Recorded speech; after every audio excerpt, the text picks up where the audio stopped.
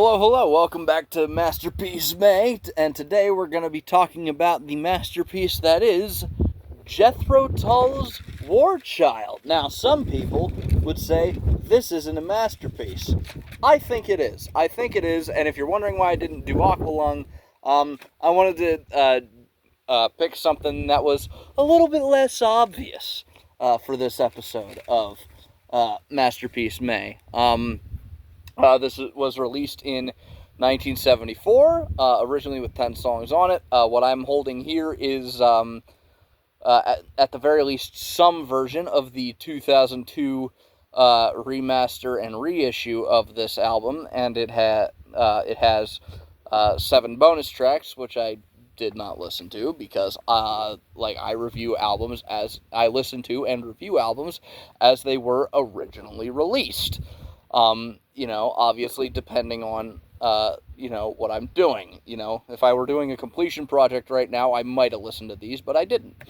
And completion projects are on hold. I'm not doing another one of those anytime soon. So, but we're talking about Jethro Tull's War Child, starting off with song number 1, which is the title track. It has, air raid sirens playing over, like a domestic, British suburban morning. Like a woman goes, "Would you like another cup of tea, dear?" And who I think is Ian Anderson responds, "No, thank you. I'm late to the office." And so he gets up and leaves. And then there's, saxes and hums fade up. Which then become, Jethro Tull's typical musical style, combined with orchestrations and sound effects. Lots of string on this album, a lot of sax on this album. That's a recurring thing in my notes, but quite a bit of saxophone in this album. There's the typical vocals of quality, and the song sets up what I think is the concept of the album, where it's just people are like animals, and we're gonna war about whatever, whether, socially or physically.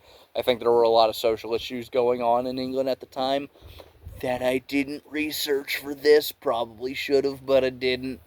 But it's a good song. It's a good song. Great way to open us up. Queen and Country is song number 2. It's got, a prominent accordion.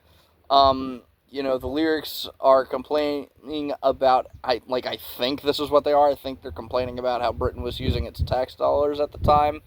Apart from that, I didn't write a whole lot down because there wasn't a whole lot to the song, but do not be fooled by how few notes I wrote about the song. It's still a great song. It deserves its rightful place.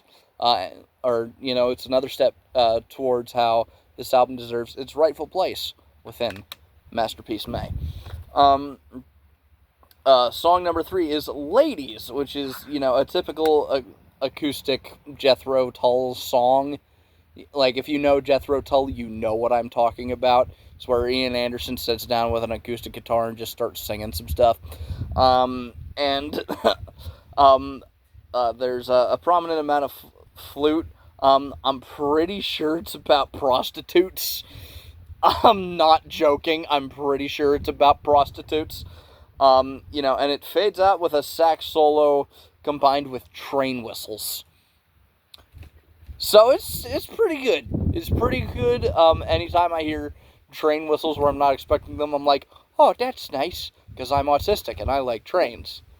I'm not even being sarcastic. That's, I delivered that in a sarcastic way, but, that was a genuine thing. Song number 4, Backdoor Angels. This is the almost obligatory Jethro Tull song where Ian Anderson bitches about religious people.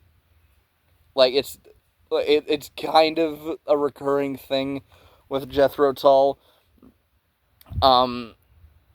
it kind of reminds me of Cross-Eyed Mary a little bit. It's got a nifty keys solo, a solo on some key instrument. I don't know if it's like a synth or a mellotron that's being butchered or an organ routed through a weird-ass pedal. I don't know. It sounds cool, but I don't quite know what type of key instrument it was. It's got a great breakdown, a great guitar solo, and it has a fantastic musical ending, and then it ends 2 more times, one of which is a cappella. It kind of doesn't need it. It almost has too many endings. That's the one problem I have with this album, is that this song has too many endings. And then song number 5, Sea Lion. This is my favorite song on the album. I think technically the best song is track 7, which I'll get to when I get to it, which won't be too long in the review. But this is my favorite song on the album. It's got a great beat. It's great jam, great instrumentation, fantastic vocals. It's got a lyrical reference to their previous album, A Passion Play. I have no clue what the lyrics are about, but it's a great song, fantastic, and a fantastic way to end side 1, because it reprises the air raid sirens and the sound effects from War Child. So, again, great way to end side 1. Flipping over to side 2. Side 2 opens with Skating Away on the Thin Ice of a New Day. It's another acoustic one. It also begins with humming. Another, no clue what it's about. It's another, and it has another reference to A Passion Play. So, yeah, it's pretty cool. It's a good song. Song number 7, technically the best song from the album. It's probably the one that you know from this album, Bungle in the Jungle. It's a very good song. It's got vivid lyrics. It compares society to animals. The whole album kind of does that a little bit. It's a little bit like Pink Floyd's Animals in that case, except, it doesn't want to bring, it does want reform, but it doesn't. It's almost kind of punky a little bit. Well, not really. Not, the album is just kind of like, yeah, this is some bullshit, we gotta deal with it. Meanwhile, Animals is just kind of like, hey, this is the bullshit we gotta deal with. I want to change it. But I reviewed Animals in the Pink Floyd Completion Project. I might link that down below. I don't know. But, it's got, it's great instrumentation. It's a great jam. This is this album's Aqualung. It's a fucking great song. Fantastic fucking song. Song number 8, It's Only Solitaire. I believe it's the shortest song on the album. Certainly felt that way. It's an acoustic diss track towards critics of Jethro Tull. That's what it is, and it's great for that. It's great. I love it. It's getting a bit windy. Think the rain's coming in, so I better hurry on up and finish this video. But we got 2 more songs to go. The Third Hurrah, song number 9. It's got a very Jethro Tull opening. It's got a nice use of harpsichord.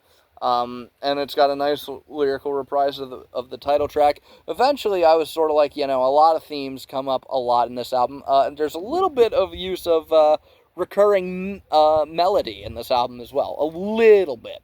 Recurring medley, recurring chord structure. It's a tool that Pink Floyd used a lot.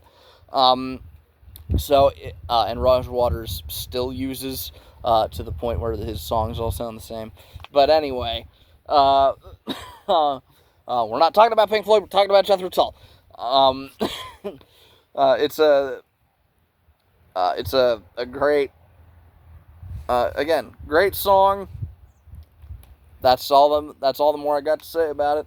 And then song number 10, the final song on the album, Two Fingers. It's got an excellent closer, great use of sax, ties the album all together. My only criticism is that it doesn't end, but it fades out.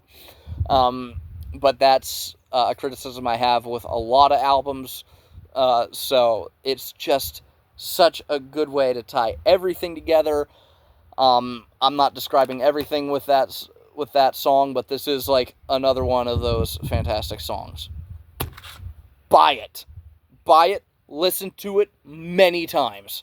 And if you don't want to buy it and you don't have 40 minutes to spare, just listen to Sea Lion, Bungle in the Jungle, and Two Fingers.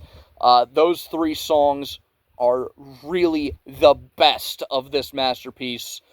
Even though everything else is on pretty equal quality, all these songs are of very equal quality. I find this album to be fantastic in that way. So definitely go buy it. I'm not going to talk about the lineup of Jethro Tull on this album because